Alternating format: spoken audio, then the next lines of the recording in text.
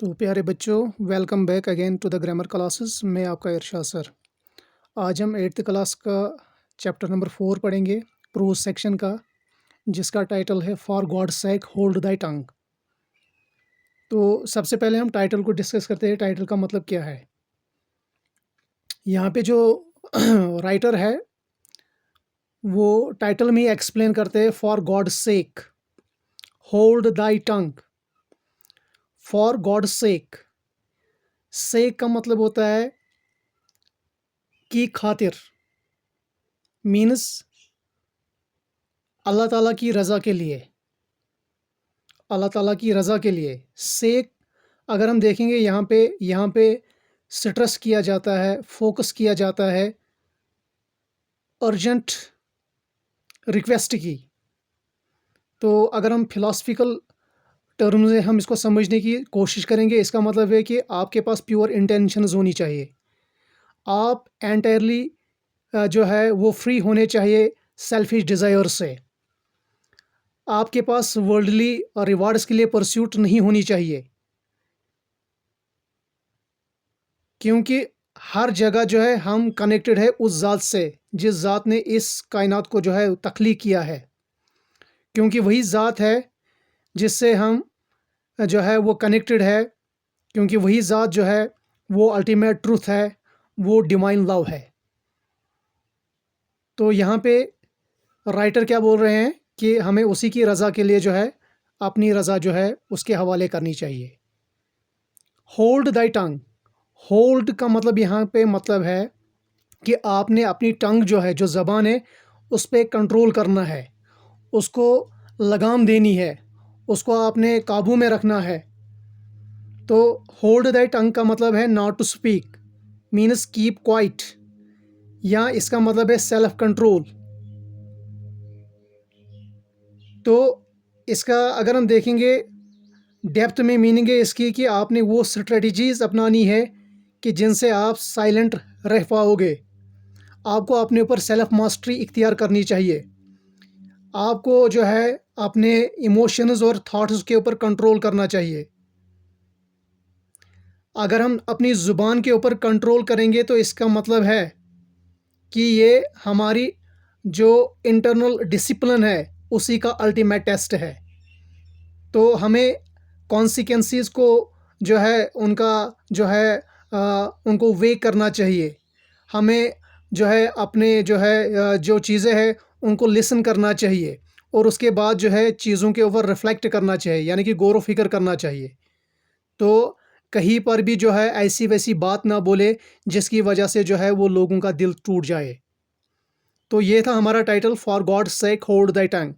तो ऊपर ऊपर से सरफेस मीनिंग अगर हम देखेंगे तो यहाँ पे राइटर जो है हमें बाखबर करते हैं कि हमें अपनी ज़ुबान जो है वो अल्लाह ताला की रज़ा के लिए उसके ऊपर कंट्रोल करना चाहिए। चलो हम आगे बढ़ते हैं। इंट्रोडक्शन है हमारे पास। There are many evils prevalent among people which adversely affect their lives। तो अब यहाँ पे हमारे पास पहली लाइन में राइटर हमें क्या बोल रहे हैं, there are many evils. Evils का मतलब होता है वाइसेस, इसका मतलब होता है रॉन्ग्स, इसका मतलब होता है सिंस। प्रिवेलेंट एमंग पीपल, जो लोग हैं उनके अंदर बहुत सारी बुराइयां जो है वो पाई जाती है, उनके अंदर बहुत सारी बुराइयां मौजूद है। विच एडवर्सली इफेक्ट देयर लाइव्स, और ये उनकी लाइव्स के ऊपर जो है एडवर्सली, एडवर्सली मीन्स बुरी तरह से उनके ऊपर असर डालती है। देयर लाइव्स, उनकी ज़िंदगी के ऊपर। Such common evil is backbiting, और एक ऐसी बुराई जो है वो बैक बाइटिंग है। तो अगर हम इवल देखेंगे यहाँ पे, इसका जो अपोजिट है, जो एंटोनियम है, वो है गुडनेस या वर्चूस, या कभी कभार इसका हम बोलते हैं और एक एंटोनियम है, वो है एथिक्स। तो पहली लाइन में राइटर हमें क्या बोल रहे हैं कि हमारी सोसाइटी में जो लोग हैं उनमें बहुत सारी बुराइयां पाई जाती है, और उनकी वजह से, उन बुराइयों की वजह से उनकी लाइफ के ऊपर जो है बहुत ही बुरा असर पड़ता है। और एक बुराई जो है वो बैक बाइटिंग है, और बैक बाइटिंग की वजह से भी जो है लोगों की ज़िंदगी के ऊपर असर पड़ता है।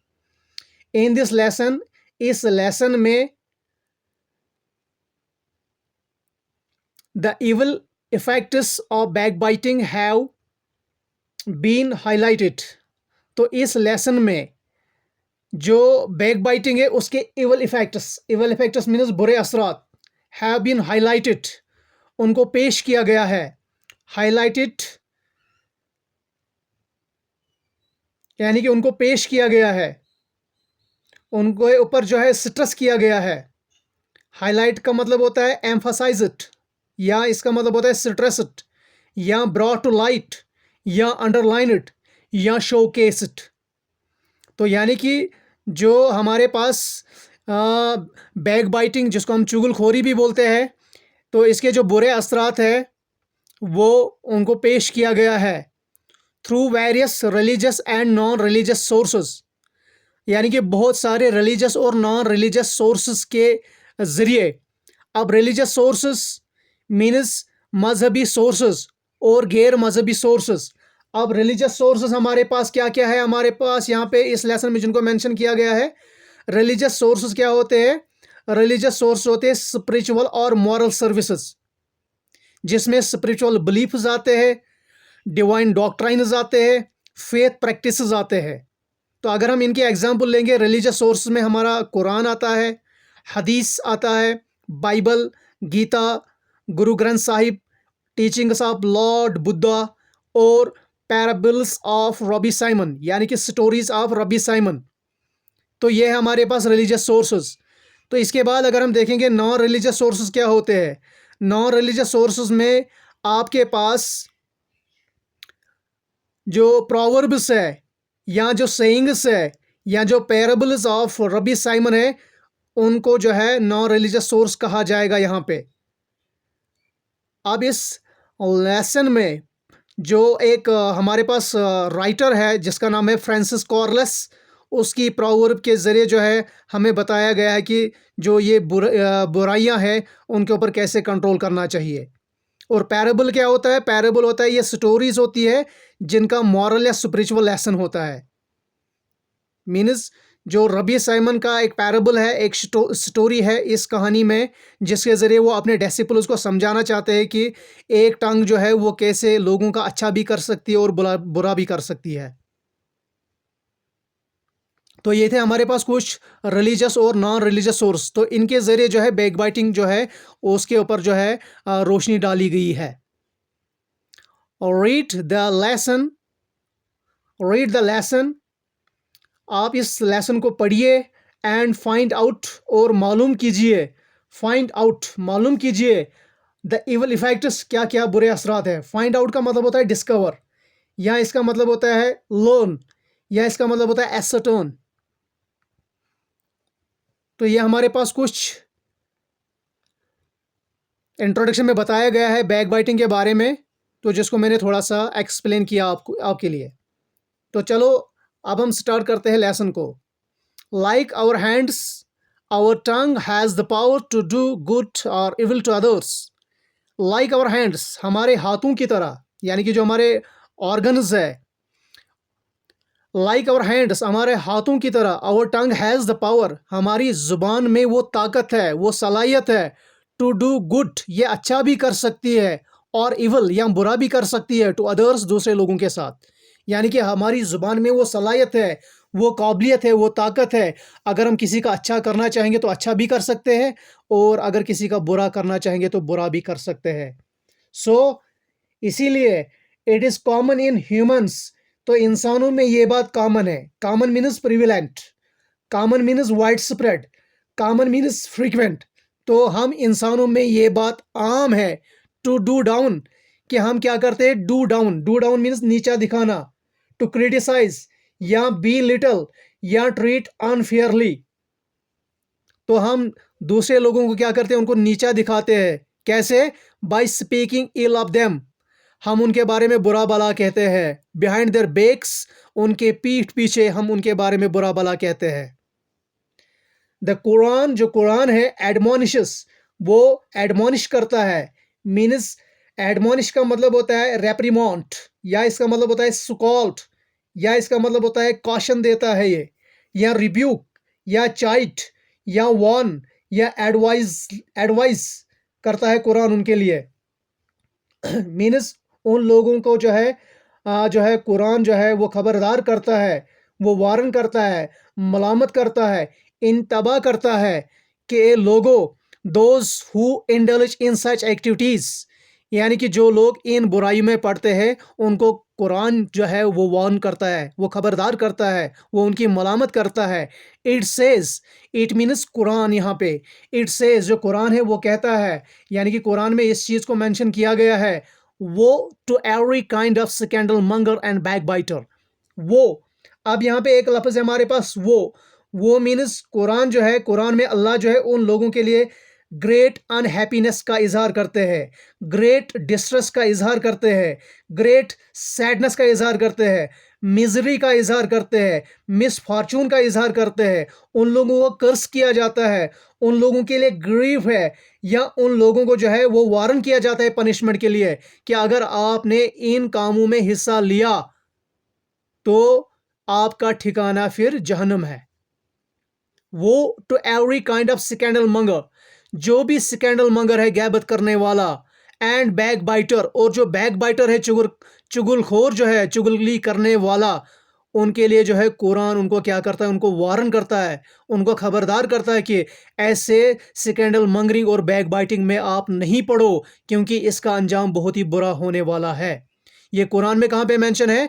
Chapter number 104 and verse number 1। तो चलो आगे बढ़ते हैं।